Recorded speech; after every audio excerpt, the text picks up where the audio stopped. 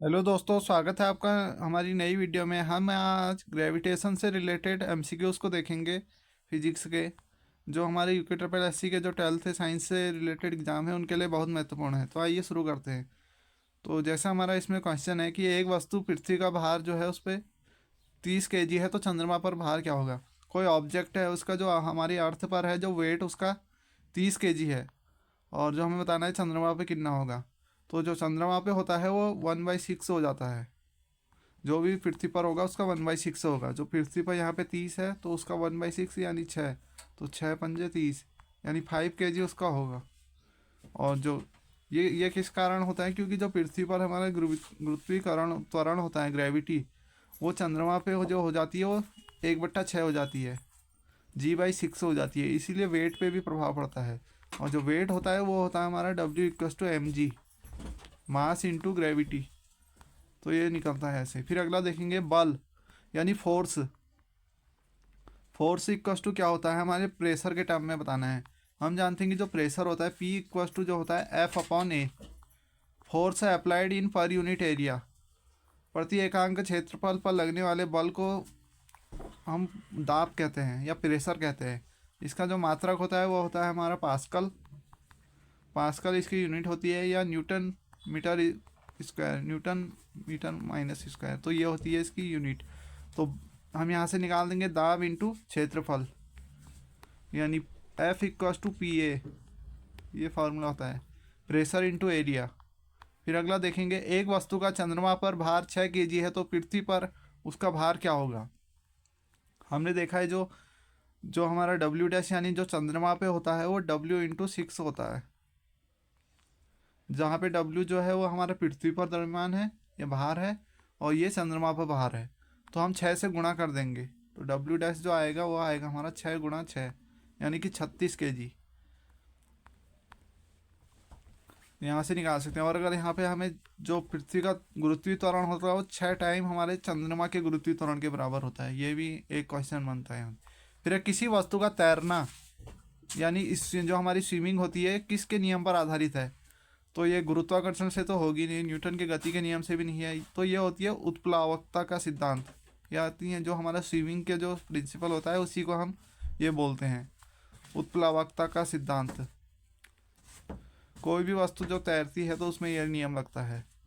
जैसे कोई वस्तु यह है, उसका जो डेंसिटी है, अगर जैसे कोई ये पानी है, कोई वस्तु है, अगर इसकी डेंसिटी पानी से ज़्यादा होगी तो ये डूब जाएगी, और अगर इसकी डेंसिटी पानी की डेंसिटी से कम होगी तो ये तैरेगी।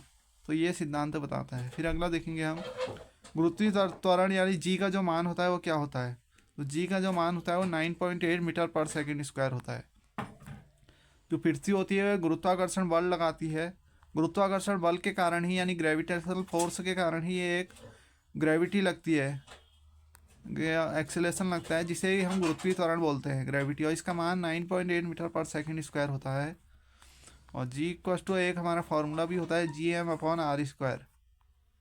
आर जहाँ रेडियस है अर्थ की, तो ये भी एक फार्मूला बनता है यहाँ से। फिर गुरुत्वाकर्षण नियतांक जी का मान होता है। तो जो जी का मान होता है वो हमारा 6.673 इंटू 10⁻⁻11 होता है। फिर द्रव के अंदर या नीचे जाने पर दाब का मान क्या रहता है। यानी कोई लिक्विड है, उसमें अगर कोई ऑब्जेक्ट जा रहा है, कोई ऑब्जेक्ट जा रहा है, तो उसमें जो प्रेशर का मान होगा वो क्या होगा, तो वो बढ़ेगा, क्योंकि जो उस पर फोर्स अप्लाइड होगी ये बढ़ते जाएगी। कोई द्रव के अंदर जा रहा है यानी लिक्विड के अंदर जाना है तो प्रेशर बढ़ता है हमेशा, ये याद रखना है। फिर अगला है, पानी का आपेक्षिक घनत्व कितना होता है। तो ये होता है हमारा 10⁻³ यानी डेंसिटी kg/m³। ये इसका फार्मूला होता है। ρ फार्मूला होता है हमारा मास/वॉल्यूम, यानी कि जो डेंसिटी होती है वो मास मास इन पर यूनिट वॉल्यूम होती है। तो उसे याद रख सकते हैं, डेंसिटी = मास पर यूनिट वॉल्यूम। और जो पानी की होती है वो इतनी होती है। फिर किसी वस्तु का भार पानी के अंदर होता है तो वो होता है घट जाता है, भार घट जाता है, और जबकि जो प्रेशर होता है वो बढ़ता है। फिर किसी वस्तु को ऊपर जाने में T समय लगता है, तब उसे ऊपर से नीचे आने में कितना समय लगेगा। जैसे कोई वस्तु यहाँ T समय में ऊपर जाती है तो T समय में ही नीचे भी आएगी। तो इसका जो ऑप्शन होगा ऑप्शन नंबर ए होगा, टी के बराबर इक्वस टू टी। फिर है हाइड्रोमीटर किस सिद्धांत पर कार्य करता है? तो यह आर्किमिडीज प्रिंसिपल पे कार्य करता है। उसी तरह से कुछ एग्जाम्पल दिए गए थे और बताया गया था कि कौन आर्किमिडीज प्रिंसिपल पे कार्य नहीं करता है। तो यहाँ तो हाइड्रोमीटर करता है, ये होगा। जैसे स्पीडोमीटर है तो ये आर्किमिडीज में कार्य नहीं करता है, ऐसा क्वेश्चन था। फिर गुरुत्वाकर्षण नियतांक का ऐसा ही मात्रक क्या है? तो हमारा यहाँ से हम यूनिट निकाल सकते हैं आसानी से, जैसे F equals to G m1 m2 upon R square होता है। तो यहाँ से अगर हम g की वैल्यू निकालेंगे तो f आर स्क्वायर बट्टे m1 n2 हो जाएगा, m1 m2। फिर यूनिट को रख देंगे तो f की आ जाएगी न्यूटन और ये हो जाएगी metre square upon kg-2, kg-2। तो पहले जो है वो यही इसका सही हो जाएगा। फिर अगला देखेंगे, पृथ्वी की सतह से नीचे जाने पर जी के मान पर क्या प्रभाव पड़ता है?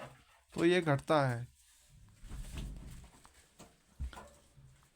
फिर है आर त्रिज्या की पृथ्वी के केंद्र पर किसी पिंड का भार होता है, तो वो होता है शून्य होता है। पृथ्वी के केंद्र पर जो होता है गुरुत्वीय त्वरण का मान भी 0 होता है, इसलिए जो भार होता है W=mg, तो ये भी 0 हो जाता है। फिर अगला देखेंगे, एकांक दूरी पर स्थित दो एकांक द्रव्यमानों के बीच आकर्षण बल को क्या कहते हैं? तो सार्वत्रिक गुरुत्वीय नियतांक बोलते हैं या जी जिसे बोलते हैं। इसे हम ऐसे समझ सकते हैं, F equals to G m1 m2 upon R square. इन सबको यूनिट रख देना है, यानी 1 रख देना है, तो जो F आएगा वो जी के इक्वल आ जाएगा, यानी सार्वत्रिक गुरुत्वीय नियतांक। फिर है हमारा, किसी वस्तु पर लगने वाले गुरुत्वाकर्षण बल को कहा जाता है? तो वो बोला जाता है भार। जो नीचे की ओर लगता है W=mg, उसी को गुरुत्वाकर्षण बल लगता है, जो उसी को भार बोलते हैं, वेट। किसी ऑब्जेक्ट पर जो हमारा ग्रेविटेशनल फोर्स लगता है उसे क्या कहा जाता है? तो उसे वेट कहा जाता है, किसी वस्तु पर लगने। फिर है भार का मान जो होता है अलग अलग जगह पर अलग होता है। जो वेट होता है ये हमारा कांस्टेंट नहीं होता है, ये हमारा वेरी करता है, अलग अलग होता है, मतलब वेट। और जो भार का ऐसा ही मात्रक होता है, ऐसा यूनिट ऑफ वेट, तो ये होती है हमारी किलोग्राम मीटर पर सेकंड स्क्वायर। जो हमारा m होता है, m का हो जाएगा किलोग्राम, और जो a यानी g होता है उसका हो जाएगा मीटर पर सेकंड स्क्वायर। तो इस तरीके से यूनिट निकाल सकते हैं। ये एक वेक्टर क्वांटिटी है, w जो होती है वेक्टर क्वांटिटी है, यानी इसके हमें बताने के लिए इसके हमें डायरेक्शन और जो इसका मैग्नीट्यूड होता है दोनों की आवश्यकता पड़ती है। निम्न में से एक कमज़ोर बल है, यानी वीक फोर्स है। तो जो हमारा ग्रेविटेशनल फोर्स होता है यानी गुरुत्वाकर्षण बल होता है, ये एक वीक फोर्स है, वीक अट्रैक्शन फोर्स है। निम्न में से गुरुत्वाकर्षण बल एक कमजोर बल है। किसी भी दो वस्तुओं के बीच लगने वाले बल को गुरुत्वाकर्षण बल कहते हैं।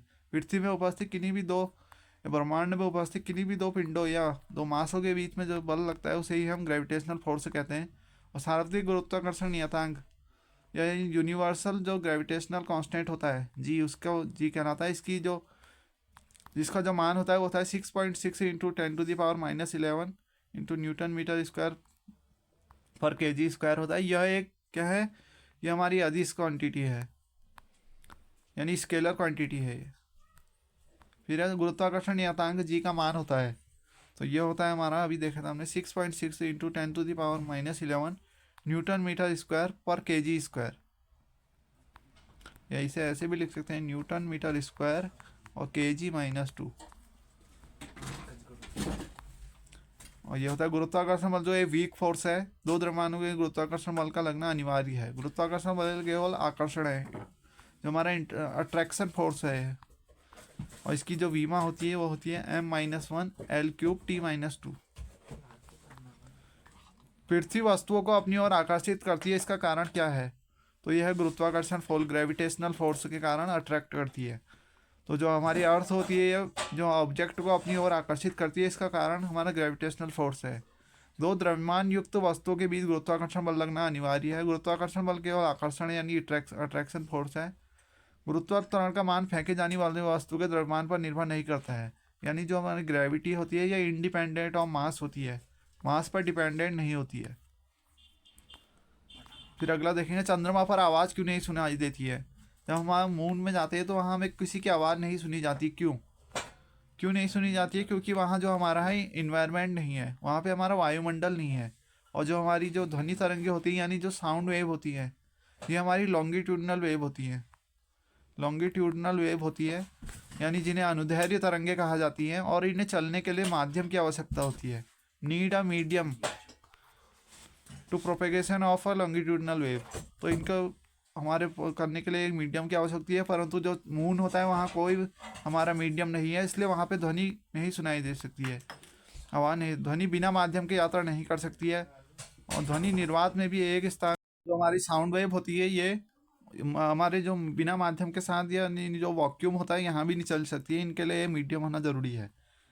और जो चंद्रमा पर किसी वस्तु का भार जो होता है पृथ्वी की तुलना में G/6 होता है, हमने पहले भी देखा है। और जो सूर्य पर जो होगा वो 27 गुना होगा। जैसे किसी वस्तु का भार जो है हमारे पृथ्वी पर जो है 5 kg है, तो सूर्य पर उसका 27 गुना होगा, यानी 27 गुना 5 कर देंगे तो यह निकल जाएगा 7×5 = 35, 5 लगो 3, 5 दूनी 10 और 3 13, तो 135 kg हो जाएगा वहाँ। न्यूटन, सॉरी, इसका मात्रा न्यूटन होता है। फिर जी का मान जो होता है, जी का मान क्या किसके साथ बढ़ता है, अगर हम हाइट को कम कर देंगे, ऊंचाई में कमी, तो जी होता है जो ये रिवर्सली प्रोपोर्शनल होता है हमारे आर यानी हाइट के।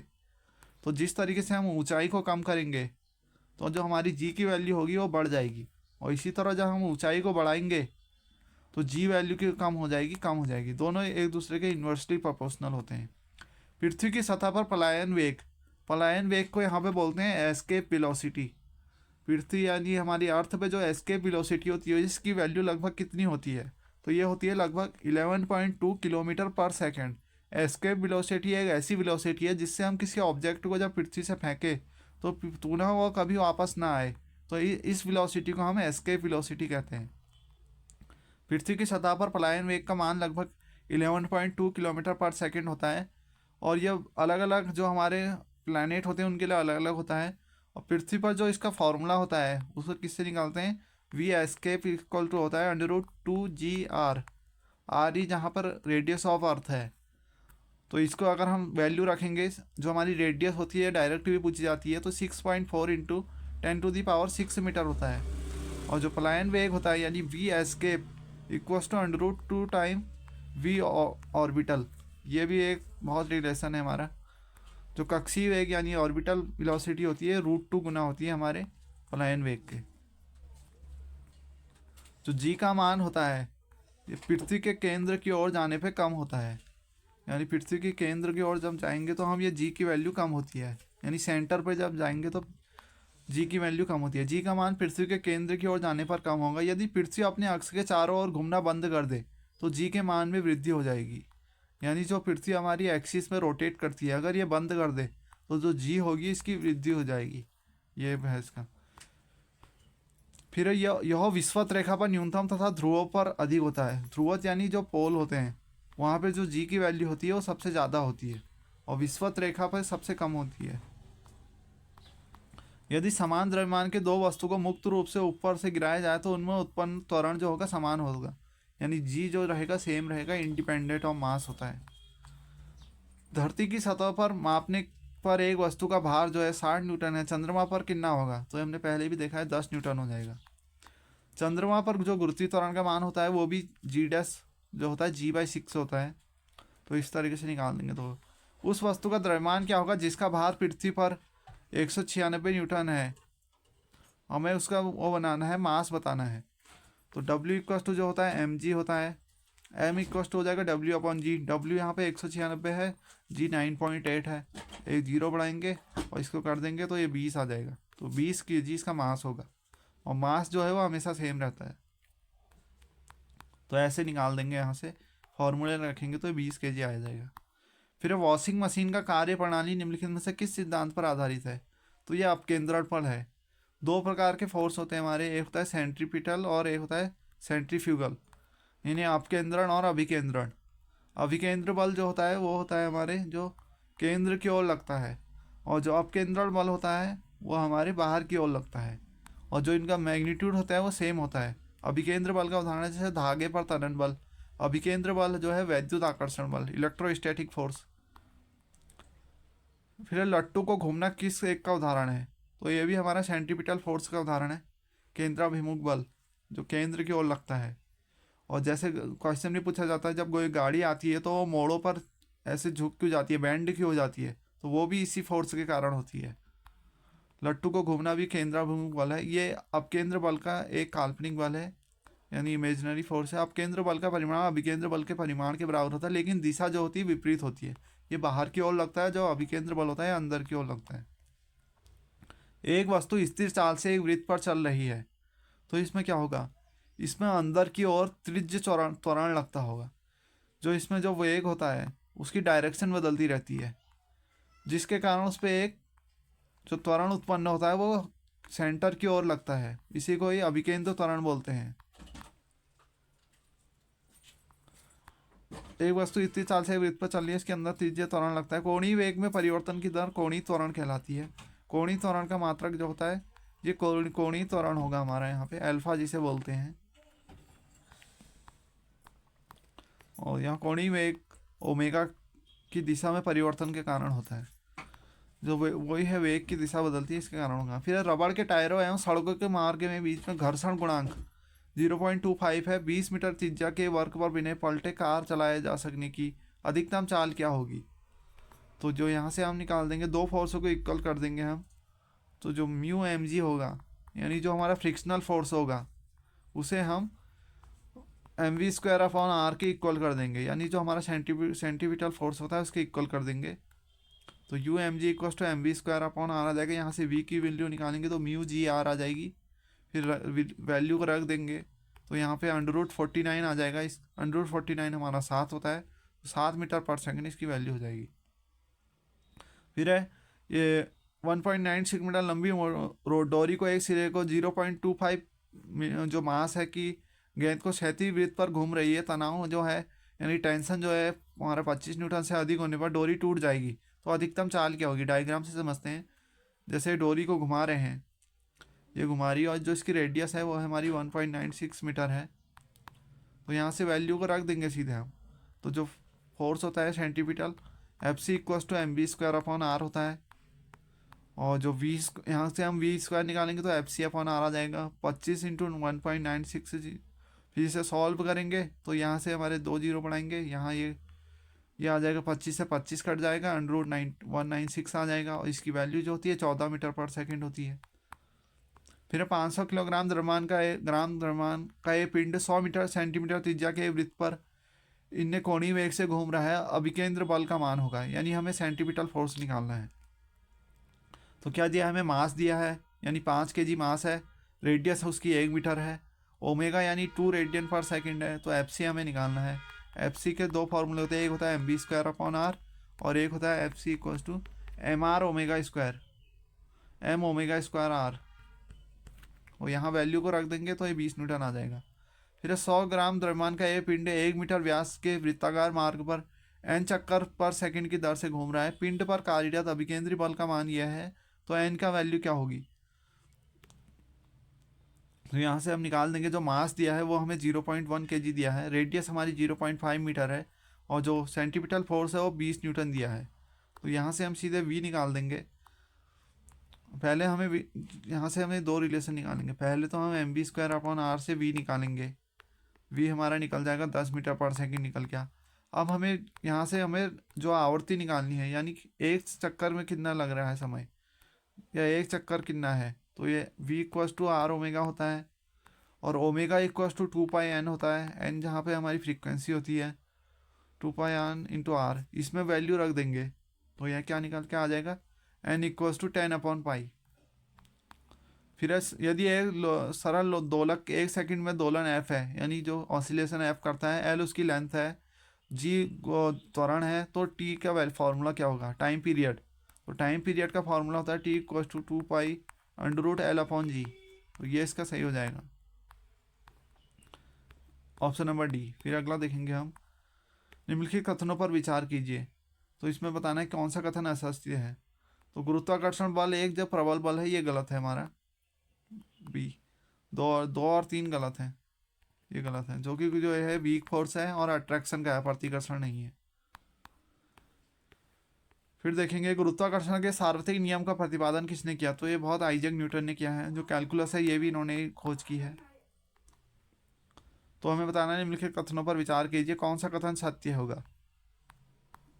तो इसका जो सत्य होगा वो हम यहाँ से ऐसे निकाल सकते हैं इसको, जो एफ इक्वस टू होता है g m1 m2 upon R square होता है। अगर हम दूरी को बढ़ाएंगे तो गुरुत्वाकर्षण बल अधिक हो जाएगा, तो दूरी को अगर हम बढ़ाएंगे तो ये कम होगा, तो ये पहली स्टेशन गलत है। और अधिक कर दिया जाए तो उनके बीच गुरुत्वाकर्षण बल भी अधिक होगा, तो दूसरी सही है। अगर हम मास को बढ़ाएंगे तो फोर्स भी बढ़ेगा, तो केवल दो सही होगा। फिर है सार्वत्रिक नियम के, गुरुत्वाकर्षण सार्वत्रिक नियम की सही पुष्टि करती है। तो ये कहाँ कहाँ देखने को मिलता है, तो हमें ये मिलता है ऑप्शन नंबर सी 1 3 4। 1 3 4 जो ज्वार भाटा आता है ये भी इसके कारण होता है, जो सूर्य के चारों ओर ग्रह की गति होती है ये भी इसी के कारण होती है। और जी से संबंधित कौन सा कथन सत्य है बताना है। पृथ्वी तल से ऊपर जाने पे जी का मान घटता है, तो इसका जो होगा हमारा डी सही होगा। इस ऑल का जो है स्टेटमेंट सही है। अब इसे समझते हैं कैसे होता है। अगर हम पृथ्वी तल से ऊपर जाएंगे तो हमें जो जी का फॉर्मूला लगता है वो ये लगता है G dash equals to g1 - 2h upon R, जहाँ पे एच जो है पृथ्वी तल से ऊंचाई है। अगर हम ऊपर को जाएंगे तो हमारा जो जी होगा वो कम होगा, और अगर हम नीचे को जाएंगे तो जी होगा जो हमारा बढ़ेगा। सिंपल फार्मूला है, और इसमें रख सकते हैं जैसे जी डैश से अगर हमें ऊपर को निकालना होगा तो ये फार्मूला रखेंगे, और अगर नीचे को जा रहे हैं तो G dash equal to g1 - d upon R. R जो क्या है रेडियस ऑफ अर्थ है। और पृथ्वी की सतह पर जो गुरुत्वीय त्वरण होता है जी इक्वल टू gm/r स्क्वायर होता है। उस पृथ्वी की त्रिज्या बढ़ने पर भी गुरुत्वीय त्वरण जी का मान घटता है। पृथ्वी ये पूर्ण गोला नहीं है, पृथ्वी की त्रिज्या ध्रुवों से विश्वत की ओर जाने पर बढ़ती है, इसलिए जो ध्रुवों व विश्वत वृत्त की ओर गुरुत्वीय त्वरण जी का मान घटता है। तो जो जी होता है ये पोल में सबसे ज़्यादा होता है और विश्वत रेखा में सबसे कम होता है। तो thanks for watching, please subscribe my channel. मिलते हैं अगली वीडियो में, तब तक के लिए गुड बाय।